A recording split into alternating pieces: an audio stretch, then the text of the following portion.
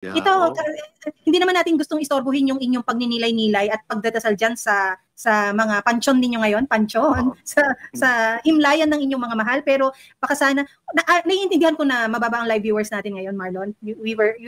We're usually more than that. Pero busy, so team replay na lang ho sana, no? Nelisa, kung hindi mo sasabihin kung sino ang contractor ng pagiging maganda mo, meron akong ibubuking, Marlon. Ano yan, Pam? Huwag mo sabihin, Nelisa, para mabuking na ni Pamela. Hindi naman. Kasi itong week na to, Marlon, medyo slow, di ba? Tapos mas nakakapag-monitor tayo ng mga balita. Lumabas sa isang pahayagan mula sa bilyonaryo ang isang sulat na ito kung saan sinasabi that there is a shameless godfather of ghost projects. Wow, pag sinabing godfather, Ninong, di ba? Ninong, Ninong. Godfather of ghost projects, Marlon, Batangas locks enclave up in arms over contractor's new mega mansion built on taxpayers' money. Tapos, the exciting thing here, yung unang paragraph ng news na yan na sinasabi, residents of a high-end seaside enclave in Batangas are livid at the antics of a notorious billionario contractor. Congressman by day, contractor by vocation, who they say is shamelessly flaunting wealth allegedly looted from ghost flood control projects that drowned half the country in scandal.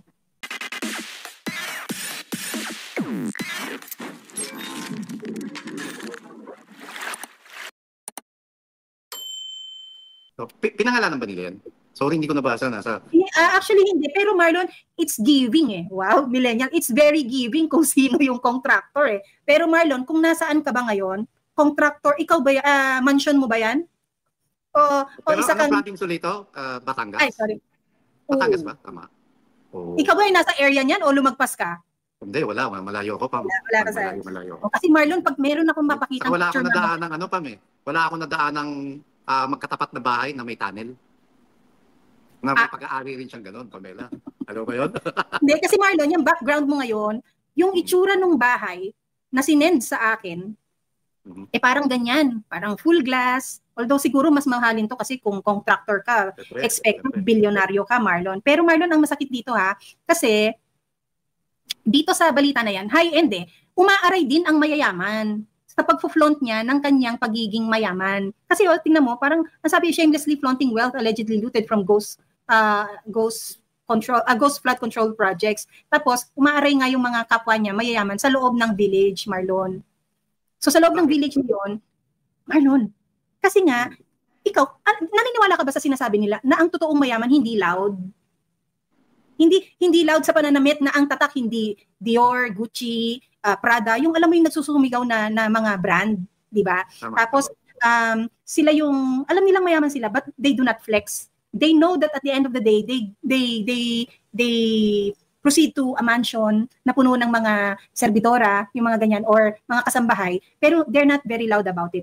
Parang umaray ang alam nating talagang may kaya sa buhay. Ibig sabihin, nasasaktan sila sa nakikita nila not because it is an eyesore but because these sabihin na nating alta are sensitive enough to know na alam nila kung ano yung source ng pagpapagawa mo ng mansion na yan, Marlon.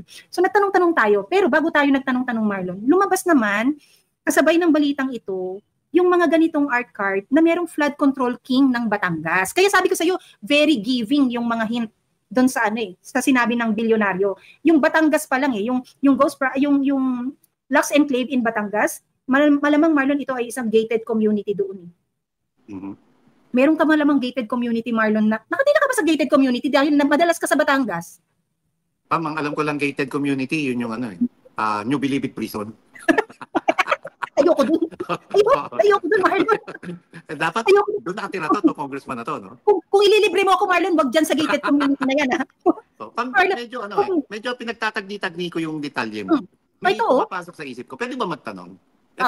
Tinutukoy kaya, I don't know kung ito rin ang nasa isip mo. Yung tinutukoy kaya doon sa blind item ng, anong ulito, bilyonaryon? Si Congressman Edwin Garjola. Actually, nagtatanong tayo, Marlon kasi sino siya? Kamukhang-kamukha naman niya yung tinatanong mong pangalan ngayon. Ito ang source natin dito, yung Hanash Batangas para Batangas Pages ang magsabi at mag-describe kung sino yung owner ng mansion na yan, Marlon. So it could be, kasi nililimitahan mo yung description sa iisang tao. Maaring siya, kasi itong mamang to, Marlon, siya ay party list representative ng Construction Workers Solidarity. CWS. CWS. So ang tanong, Marlon, siya ba ay para sa mga construction workers talaga? Iba ang workers sa construction owners, Marlon, ha? Iba ang workers sa owners. Di ba? Kapag ikaw ay party list, what you represent is the marginalized sector. Yes. Ang marginalized dito, yung mga construction workers. Diba? Sila dapat ang nire-representa mo. I wonder kung si Mr. Garjola, kung siya nga yan talaga, ha, meron nang nagawa sa kanyang pagkakaupo in the last, ilang years na siya nakakaupo, hindi natin alam. Meron na ba siyang nagawang batas o mga privileges para sa mga construction workers? Para sa ng mga construction worker, no? Oo, because ito hindi ito inventong kwento. Naglalakad ako ng minsan, Marlon. Yung sa paglalakad kong yun, ang pera ko lang sa bulsa, lukot-lukot pa parang may 50 pesos, merong 20, merong 20 na coins. Kasi nga sukli lang, bumili ako ng banana Q sa somewhere dito, pang merienda. So nabasag yung buo ko na 200 peso bill. Okay. So yun ang binulsa ko. Merong naglalakad na merong backpack. At alam mong ganung oras, labasan ng mga construction workers, no? Nandun lang siya nakatayo, tapos may mga humihinto sa kanya, parang kinakausap siya sandali, tapos aalis. So nung ako na ang nandun, hindi niya ako hinihingan or hindi niya ako kinausap, pero syempre, na-curious ako kung ano yung sinasabi niya. Sabi ko, kuya, anong problema? Sabi ko. Sabi niya, ma'am, hingi lang ako ng konting tulong. Sabi ko, bakit? Na paano ka? Sabi ko, hingi lang po ako ng pamasahe pabalik po ng Cavite. Saan ka ba galing? Diyan sa construction site dyan. O anong nangyari? Kasi po, tinanggal na lang po ako sa project. Tapos sabi ko, so sa Cavite araw-araw ka umuwi? Hindi po, tinanggal na po ako sa bahay sa Guadalupe kasi hindi na po ako makapagbayad. O bakit sa project hindi ka ba siniswelduhan? Tapos sabi niya, hindi ko rin po maintindihan bakit wala na ako sa project. So kinuha ko yung mga perang yon kasi gusto ko maniwala kung niloloko niya ako, kanya na yon. Pero ako sa ganyang sitwasyon, tinulungan kita. So binigay ko. Pasensya ka na, sabi ko, ito na lang ang pera ko. Kasi malapit lang kung saan ako galing. Tapos, ma'am, maraming salamat, uuwi na po ako. Pamasahe ko po ito. Totoo po yan, hindi ko po kayo niloloko. Okay, fine. So, going back to this CWS party list, ano na kaya ang nagawa nila para sa mga ganyan, no? Alam mo, maganda yung tanong mo, Pam. At saka yung kunikwento mong ganyan. Iba-iba yung aspeto ng istorya nila sa buhay. Pero iisa yung direksyon at iisa yung nararamdaman nila. Yung labis na kahirapan. Na sa kabila ng dugo at pawis, yung ginagawa nila araw-araw, talagang nagbabanat ng buto, talagang, lalo mga construction worker. Kalimitan pa dyan, Pam. May panganib pa dyan, Marlon. Prone sa accident, di ba? Karamihan pa sa kanila. Tapos hanggang ngayon, hindi pa rin na ibibigay yung sapat na benepisyo sa kanila. Bigla ako nalungkot, doon sabi mo na, bigla siyang tinanggal sa trabaho ng ganun.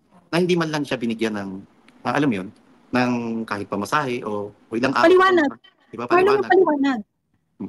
Yun ang, and tama, naturing nga meron tayong CWS party list. Ano na ba ang nagawa nila? Isa pa lang yun na nakakausap natin. Tama, Pam. And marami pang kwento na ganyan. Bagaman iba-iba ang istorya. Marlon, mahina ka daw. Sabi ni Ana, maganda pa naman yung usapan natin. Ano kayang tanggalin mo na lang kaya yung mic ko. Ito, okay na ako. Ana, paki-confirm.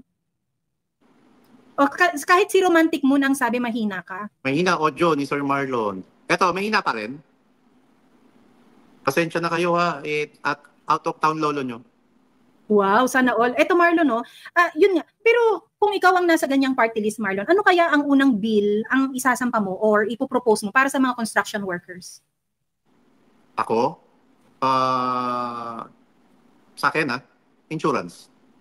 Ay, ako rin. Pareho tayo. Although, ikaw lang yung nakakuha ng perfect term kasi yung nasa isip ko, at least, kapag sila ay sinampa sa proyekto, Marlon, kumpleto man lang sana yung kanilang yung safety kanilang gear. Safety gear. Yes. Kasi, Marlon, alam mo, makikita ko yung mga yan, mga naka-t-shirt, mga naka-shorts, naka-chinelas. Alam mo yung chinelas nila, yung alpombra? Alam mo ba yung alpombra na salita? Yung goma. Maraming pa nga yun, mas maganda pa nga yun eh. Yung iba nga, hindi terno yung chinelas. Magkaiba, at swerte na. And yun, dapat sila mga naka-safety boots, no? And maliban dun sa insurance sila, yung fixed na rate. Kasi alam mo yung, lalo yung mga nasa probinsya. Ito, isa sa plataforma ng na di gobyerno ni Attorney Vic Rodriguez, no? Na yung rate ng construction workers sa Metro Manila dapat pantay din ng rate sa probinsya. Kasi natatandaan ko yan. Kasi, di ba, yung binubuhat, napakasimple ng paliwanag ni Attorney Vic. Yung binubuhat nilang isang bag ng semento, kasing bigat din ng binubuhat na bag ng semento sa probinsya. So pantay lang. Tapos yung presyo ng cheeseburger sa Metro Manila, pareho lang rin ng presyo ng cheeseburger sa probinsya. Na kaya? Yun. Pero Marlon, meron tayong kasamahan na sinabi niya yung across the board na wage rate na yan dapat mapantay na sa probinsya at sa Manila. So ano na kaya nagawa ng kamanggagawa party list dyan? Kasi kanila yan. Ang tingin ko naman na, alam ko na i-file niya yun, nag-file siya. Nag-file siya sa Congress and wala pa tayong update o wala pa tayong balita kung na-calendar na ba to para maisa lang sa una siguro technical working group o committee level.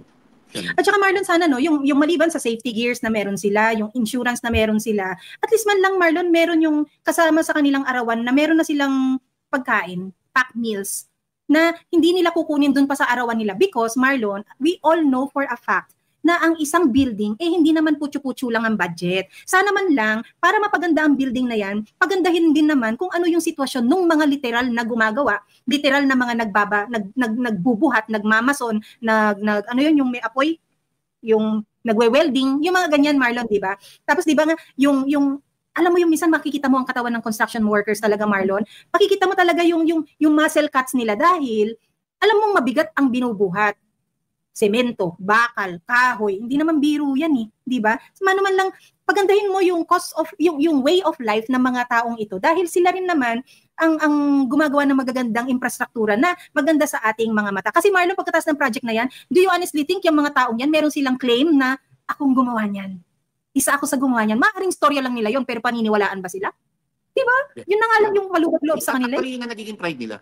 Yun na lang ang pride nila na kwento nila sa anak nila na tatay mo naging foreman yan. Pag binanggit mo yung binanggit mo yung food, may share ko lang dito. Alam ko maraming makaka-relate dito. At alam ko na marami ang nakakaintindi na totoong nangyayari ko. Alam mo yung mga construction worker na yan, kalimitan, particular yung mga nasa malalaking building, mga establishment. Alam mo pa, yung pagkain nila sa araw-araw, nakukuha nila through lista, through utang. Tapos pagka payday na nila, kasi merong mga naglalako o merong katabi na mga maliliit na karinderya na pagka break time nila, talagang dediretso na yun doon. And yung iba, pag malakas ang loob, mangungutang talaga at yung bibigyan ng credit line, papautangin. Tapos, pagka payday na nila, so tapyas agad yun. Tapyas agad yun. And ang masaklap dito, dahil nga yung sistema ng pag-hire ng mga construction worker, yung iba sinasabkon. Yung iba, hindi talaga sila regular. So, kunyari, ang isang kontratista, taga Makati, hahango pa sila ng mga tao na kung saan lugar. Tapos, so yung rate na para sa kanila, maliit. At ang malungkot dito, Pam, kakarampot na nga yung sweldo nila. Tapos, yung kongresista na dapat representative nila, na dapat silang nagsusulong para sa kapakanan nila, balitang-balita naman, yung pagiging maluho nito. Ay, nako, totoo yan, Marlon. Pero ibigyan daan natin itong comment ni Ana CH, ha? Dapat libre ang pagkain at tirahan ng mga construction workers sa totoo lang, Marlon. Dahil tingnan mo, imagine mo itong nakausap ko sa kalsada, ha? Tumitira sa Guadalupe. Ang proyekto, sabihin na natin, saan ba maraming construction ngayon? Bonifacio Global City. Sabihin na, nandun sa BGC. Imbis na araw-araw na umuwi ng Cavite, siguro nag-boarding house sa Guadalupe. Yun na lang. Tapos maglilista ka pa ng pagkain mo. Tapos yung pagkain mo, dahil construction, ito lagi natin binibiro. Ako, pag malakas akong kumain, ang laging biro sa akin, wow, parang constru. Di ba ganun yung biro? Hindi ho biro na nagbabanat ka ng ganyan, literal, ng iyong buto at ng iyong mga muscles, pinagpapawisan. Do you expect na hindi ka magugutom? At kapag gutom ka, kaya mo bang tapusin ang trabaho mo nang hindi mo papawiin yung gutom mo? Diba? Yung iba nga, nakokontento na lang na mairaos nila yung pantawid gutom nila sa pamagitan ng biskwit o skyflakes. Natutulog yung puso ko. Napakahina ng puso ko sa ganyan, Marlon. Yung ganyan, di ba? No, dahil nagtitipid sila, ayaw na nila o ayaw na nilang lumaki pa utang nila. Tapos gusto nila na yung sweldo nila buo na maihatid nila sa pamilya nila dahil meron silang pinag-aaral na anak, meron din silang mga bayarin, upa sa bahay, bill sa kuryente, sa tubig, di ba? And marami pang gastusin. May sakit ang nanay nila, may sakit ang magulang, kapatid nila. Na lahat yan pasan-pasan ng isang ordinaryong empleyado, hindi lamang construction worker, kundi mga ordinaryong empleyadong Pilipino.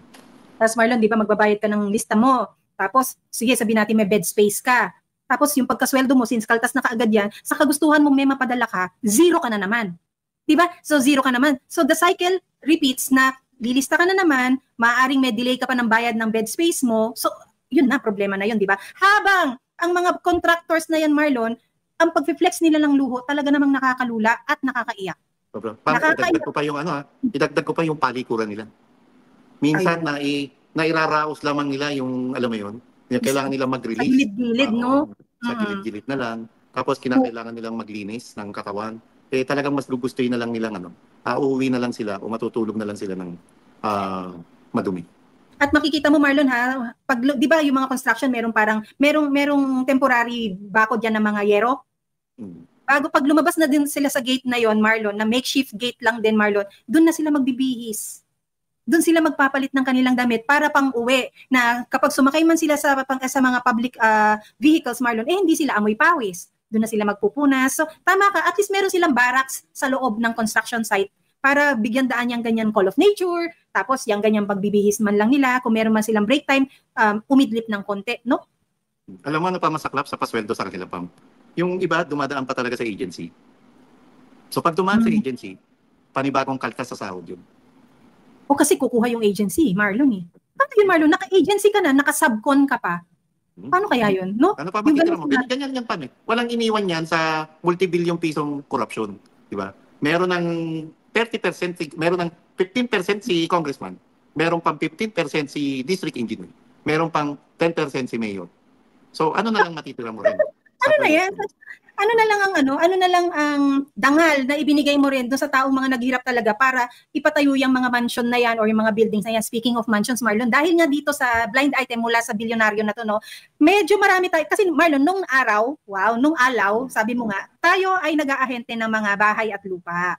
So marunong tayo mag-real estate sales agent. I'm not a broker, but I was once a licensed real estate sales agent, no? Bandang Batangas ang aking project at that time because ang clientele ko lang niche, talagang specific to beach houses, Marlon. Yeah. So alam ko ang lugar ng Tali Beach sa Batangas, alam ko ang Terrazas de di ba? Alam ko ang Terrazas de Punta Fuego at lalong alam ko ang pinaka high-end sa lahat, ang Peninsula de Punta Fuego, Marlon. Kung saan ang sinasabi ng blind item na ito, Marlon, sa pagkakabigay din naman sa akin ng impormasyon ng mga kaibigan kong sales agent, tingnan mo naman yung mansion na tinutukoy. Marlon, tingnan mo yung mansion na hindi pa tapos yan, ha? May nagawa pa sa gilid. Di ba nakikita? Hindi. Hindi. Guys, nakikita nyo ba? Naka-flash? Ay, naka-flash na eh. Hindi mo pa nakikita? Hindi, nasa phone lang ako, Pam. Anyway, para ko na nakikita-kita yan na ganyang kaluho sila, no? And grabe, no? Pero hindi, i-check lang din na, lumabas na? Yeah. Hindi, nakita ko na sa isang monitoring ko. Grabe, Pamela.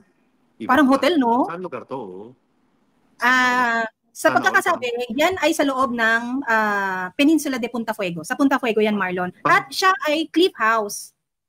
Tapos, yes, cliff house to. Tapos ito, nakikita mo tong mga bato-batong to, Marlon. Pagbaba mo dyan, dagat na. As in, it has, I don't know if it has a 360 view of the sea or 180 or more than 180. 360 dapat palibot, no? Siguro 180. Because Marlon, hinanap ko to dahil familiar ako sa lugar. Hinanap ko siya sa Google Maps. So nung hinanap ko siya sa Google Maps, Marlon, talagang nga naman, hindi matawaran ang view ni OG contractor. Nakikita mo yung kanyang view. Itong merong pin or red pin mark na yan, pin location. Ito ang view niya. Dagat na to, Marlon. Yes, Kanya rin kaya yan, yung may bubong na yan, yung kulay gray? Ito yan, Marlon. Yep, ito yan. And then yung katabing lote, yung ginagawa pa. Wow. Pam, ang tanong ko dyan, kung kay congressman yan, Pam, ang tanong ko muna dyan, kung kay congressman yan, kasama kaya yan sa salin niya?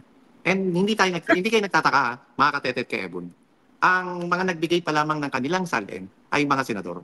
Yes. Bakit wala pang lumalabas na salin ng mga kongresista?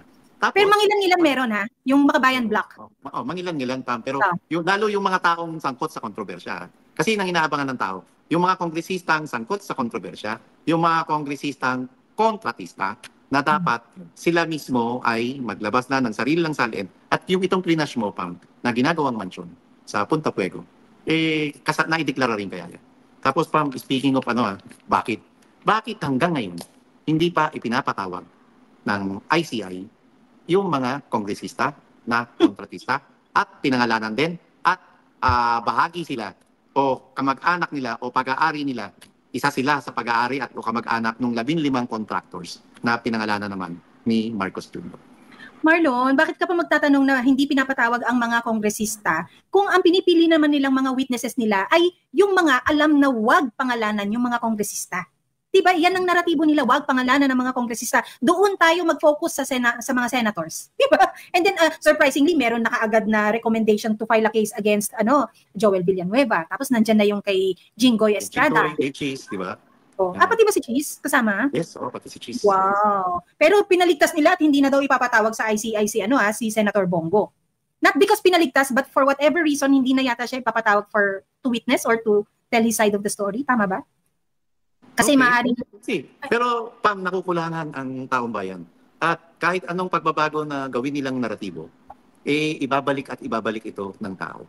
Kasi walang naniniwala na walang sangkot na kongresista, na walang kasabwat tong mga kontratista ng mga kongresista.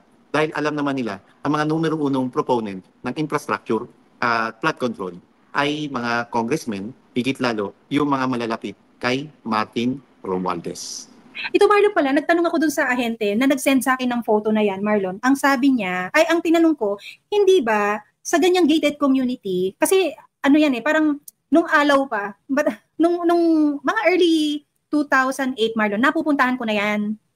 Dahil nga sa ganyang side job ko, na ang homeowners association, very strict sila na hindi pwede ang politiko.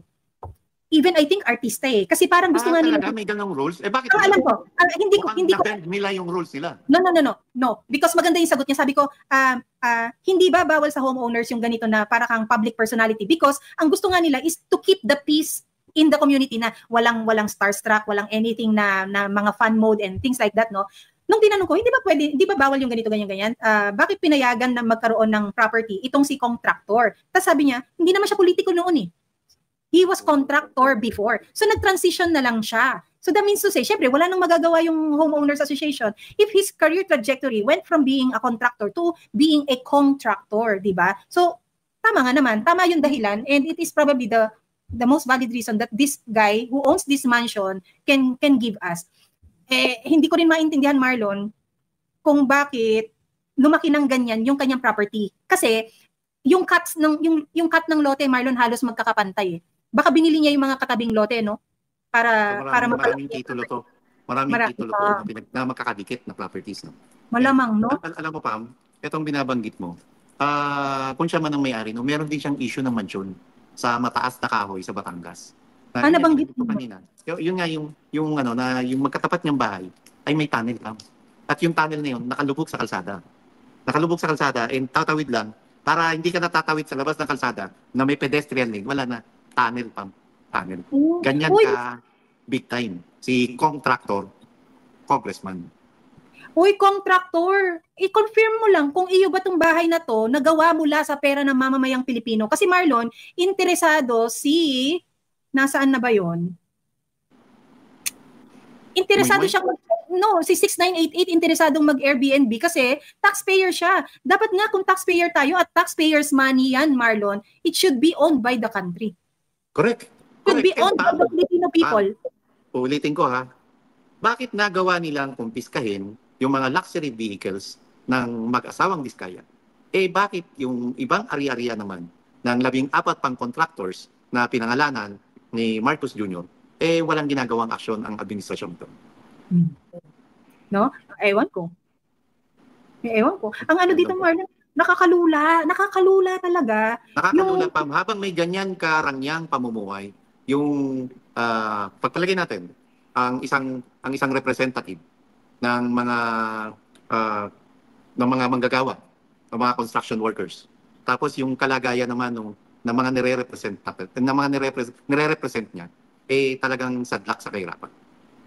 Ganun pa ba ang party list system ngayon, Marlon? Marginalized sector pa rin ba? Yung marginalized, no? No, hindi na Kasi kagaya niyan, bakit may ganun? Tapos, the mere fact na yung mga kasama natin ngayon dito nakakapag-comment na sana libre yung pabahay nila, sana libre yung pagkain, is because we know the truth na wala silang benepisyo mula sa gobyerno. At merong party list na supposedly nire-representa itong mga manggagawang ito, ito under din supposedly sila ng mga kamanggagawa party list. Ano na?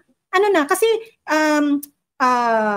months into the previous election, May 2025, May, June, July, August, September, October, 5 months into it, nasaan na tayo, Marlon? Kasi 5 months into it, Marlon, kung titignan natin, itong bahay na may bubong, gawa na to, extension na lang tong under construction So, gaano katagal binild yung unang bahay na yan? Kasi 5 months into them winning, ano na ang para sa tao? Baka yung para sa sarili lang nila ang meron sila Pam, binanggit mo yung kamanggagawa party list. Pagkakataon nito, sa kamanggagawa party list, na kung tunay na ang advokasya ng Congressman Eli San Fernando para sa kapakanan ng mga kapwa niya obrero, dapat siya mismo ang tumugis, siya mismo ang pumestyon sa mga kongresista na kontratista. Dahil itong mga kontratistang ito, sila rin naman ang nag-hire sa mga manggagawang Pilipino. Totoo, 'di ba? Para pantay ang lahat, Marlon. Hindi tayo pantay lang sa sakuna. Hindi tayo pantay lang sa mga pandemic, 'di ba? Hindi tayo pantay lang na kapag may bagyo, baha. Tapos yung baha, gawa pa ng na ang dahilan pa niyan mga tao. Yung mga tao niyan, hindi man yung payak ang mga pamumuhay eh. Yung mga tao yan yung mga nagrerepresenta ng supposedly marginalized sectors. Ayan, kagaya ng CWS, ng Construction Workers Solidarity. Kung totoong inyo ho ang mansion na ito, kung totoo hong inyo yan. So, bukas po ang channel ng Third Floor Studio. Kung meron po kayong gustong ipahayag, inyo ho ba ang mansion na yan? Yan po ba ay mula sa pera ng mamamayang Pilipino? Pwede ho ba kaming dyan matulog? Kung totoo pong pera ng mamamayang Pilipino ang ginastos dyan. At higit sa lahat, sige, ipagtanggol mo na deserve mong magpatayo dahil nagsusumikap ka. Yan ba'y nasa SALN mo, kagaya ng tanong mo nung una, Marlon? Pantay ba ang declaration ng SALN mo na ang dinig ko, Marlon, ang sabi 18 million lang? Oo? 18 million lang daw, Marlon. Wow, iyang-iya naman kami sa'yo. Bakit lahat naglalaro sa 18 million, Marlon? Oh, di ba kung totoong sa'yo yan, pantay ba yan ng kinikita o sinisweldo mo bilang kongresista sa assets na meron ka na sa, Marlon, based on your estimate, alam ko maalam ka sa mga properties na ganyan, nasa magkano tong halaga na mansion na yan? Ako, 100 million yan, more than. Basta hindi baba, mahina ang 150 million o baka abutin pa ng 500 million yan, Pam. Yung construction pa lang ng ng building Wala pa yung lupa diyan. Kasi yung paghuhukay, Marlon, yung lupa na yan hinuhukay yan. Baka may basement din to, di ba? Mahilig ba siya sa tunnel? Mahilig Ang hilig. Marlon, ang another question diyan is, yung bang mga sinab-standard nila na public projects, ikina-overstandard naman, o overstandard ba yung tanong? Ay yung ng substandard. Basta, quality, malamang syempre quality materials to, Marlon. Kung personal niya yan. And malamang pa natin yung discount niya. Malamang nagamit niya pa kasi iba yung discount ng mga dealer. Alam mo may tinatawag na mga dealer discount, di ba? So, kaysa sa mga retailer. So, yung iba kaya kumikita sila eh. Ang dami nilang paraan para makakomisyon. And Pam, tanong ko na rin. Itong kongresista ba to? Kamusta naman yung, alam ko kasi dati itong may tax evasion case. So, baka nasa mansion na. Di ba? Kamusta na yung kanyang tax evasion case? And maraming tanong at ang walang ibang makakasagot dyan, kundi siya mismo. Siya lang. Kung ito sa kanya talaga. Kung siya kaharap sa taong bayan na talagang hindi siya nagnakaw sa pera ng bansa. At Marlon, dapat ito mapatawag din sa ICI, sa Blue Ribbon, di ba? At it is high time and we expect this from Ping Lacson na wag kang puro Gutesa. Hindi si Gutesa ang pinaka guilty, Marlon, dahil Gutesa came out na hindi siya suspect. He came out as a witness. Huwag niyo hong baligtarin na siya ay trabahuhin para magmukhang suspect na hindi nagsasabi ng totoo. Siya ay may istoryang inilahad. Hindi siya suspect na kagaya ng pagiging kawatan ng mga contractors na ito. At mas interesado ang taong bayan sa detalye na ibinibigay ni Congressman, ni Master Sergeant Orly Gutesa kaysa sa detalye na sinasabi niyong peke yung notary na pagkaka-notary ng kanyang affidavit, di ba? Marlon, mag-hello tayo kay Tish. Ito ba si Tish pinsan ni Harvey? Hello, Tish. Oh, hello. May nagpakulay si NBTV. Oo nga, maraming salamat po, NBTV. What's QAR? Qatar? Ay, hindi ko po alam. Malamang. Quebec. Uy, ilan na dollar ngayon? 59 point something, grabe. Naku, Marlon, yan pa ang nakakalula. The peso is weak. Because the president is weak also. Weaker. Naku, ang presidente ay kasalukuyan nasa Korea ba? Tama ba, Marlon? Ano na lang mukha? Korea para sa APEC. At dahil nasa APEC ang Marcos Jr., asahan nyo na epic fail pa rin yan. Kagaya ng epic fail na meron siyang ginawa sa Malaysia, Marlon, na hindi gumising para lang sa pictorial. Tapos, hindi pagkakataon na sana para maibaba yung taripa na ipinapataw ng bansang Amerika. Hindi niya nagawa. Samantalang yung ibang bansa, napagbigyan ni President. Zero, Marlon. Zero. So, yan ang good negotiator. Di ba? So, sangkasan talaga yung pagkakasabi na good negotiator. tough nga ang ginamit, Marlon, tough negotiator. Tough nga pala, tough negotiator. Diba? No? Para naman maging 1% lang ang makuha mo out of the 20% tariff na unang pataw, mas toughest ang bansang Cambodia, tama ba? Thailand, Malaysia? Sila ba yung zero? Pakicorrect po ako kung tama ko. Vietnam. Sorry. Basta tatlo sila na nakakuha ng zero. That means it takes a good relationship and it takes one knowing how the economy, how his economy is thriving and how the economics of one country works para maging toughest negotiator ka. Hindi yung you call yourself as a tough negotiator and only get 1%. Kami ba ang niloloko mo? Di ba? Kami ba ang niloloko mo, Marcos? Para hindi natin alam sa mga susunod na araw, Marlon, kung saan tayo pupulutin na walang pumapasok na investment dito sa bansa. Imbis na papasok, nagpo-pull out. Yung mga pledges na pangako pa lang, liligawan mo na lang, aayusin mo na lang, hihilutin mo na lang, hindi mo pa naipasok, umatras pa. Hindi natin alam kung walang galaw ang ating ekonomiya, saan tayo pupulutin sa mga susunod na taon. It will be hard and very challenging for the next president of this country, Marlon. And yes, okay lang na maging challenge dun sa susunod na presidente, kaysa manatili tayo sa presidenteng ito. Tandaan ho natin yan. Yeah. Alam ko, napapabuntong hininga na naman ako pa. Oo nga, Marlon. And lastly, Marlon, since nandito siya pala sa Korea, ano na lang mukha ang ihaharap niya? Dahil sa Korea, yung Korea project ang pinull out ng Korea, Marlon, ha? Yeah. Dahil doon sa foreign assisted funds na pinahiram ng bank ng Korea, Marlon, inilagay sa unprogrammed funds nung 2025 budget. Gawa ni Zaldico at ng star witness na si Martin Romualdez. No, 28 billion yun, ha? 28 billion. Yes. Dollars, pesos. Of course. Binawi. 28 billion pesos. Ano yun $503 million ang pagkakaalam ko. At ang mismo, nagbigay ng statement, kaya nila binawi yung pagpapautang na yun, o hindi na itinuloy pa, na dapat papautangin tayo, si South Korean President Lee Jae-myung. Yes, tama. Ang nagbigay ng statement na yun.